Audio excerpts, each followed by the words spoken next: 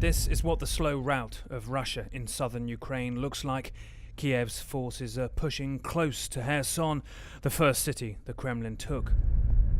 Here, so many people being evacuated day by day, and the eerie quiet in contrast to these impacts we see all around in the fields. Just constant barrage over the past days. The bus is the last way out of here, going from door to what is left of every door.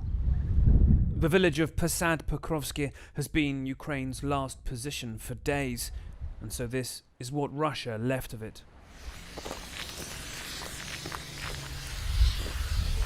The noise is the village gas main leaking furiously. Putin's war of annihilation was sure not to overlook this school, its front torn off by a missile. It is hard to imagine life returning here even when the shelling stops, which just now it does not. We run down for cover. The Marines here are mobile, pushing forwards where they can. Kherson's nearby airport their prize. Now we have a little mission. On your way to the airport? To kill the motherfucker. Daniil is a former Lebanese soldier working in TV, married to a Ukrainian. 2 weeks ago this place had life, and now nothing. The bus has filled with anyone left who wants to leave, anyone who can move themselves. We are asked to take those who cannot. Go! And who remember the last time war came to Europe. As we leave, shelling hits the village. It had become a deathbed, riddled with cluster munition mines, this man said. Убивали всех людей. Это сволочи, это гады, блядь, паразиты, блядь. Они ж не воюют с войсками, они воюют с людьми, блядь, понимаете, убивают всех, блядь. Это хуже фашистов, блядь. Хуже. От німці наші наступали, бачив я, бо я той так коло коров був. Так вони ж над людьми не здівалися. Over days, the road out of there has been fought over. It's pock-marked concrete lined with these tiny, peaceful worlds ripped open.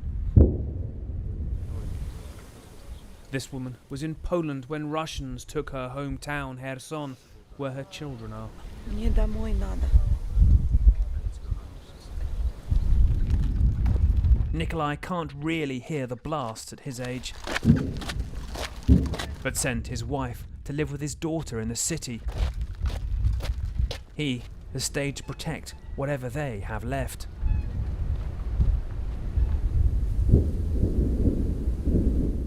Shelling hits the road out again, and we drive past the earth Putin's shells have happily scorched as his army slowly loses whatever ground here it gained, Ukraine's guns pushing them back.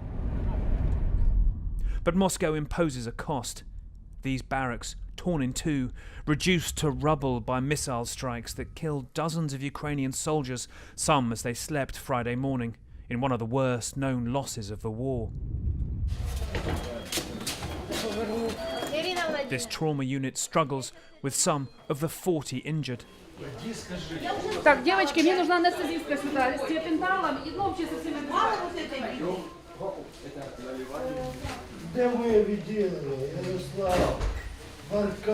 One soldier asking for his friends by name. Not all injuries involve blood. This soldier was in bed on the 3rd floor when the blast hit, and he found himself on the 2nd with both legs smashed, losing consciousness. Ми знаємо ворога. Уже наконец-то ви повинні побачити, почути. Не знаю. Да сколько надо смертей, щоб всі побачили,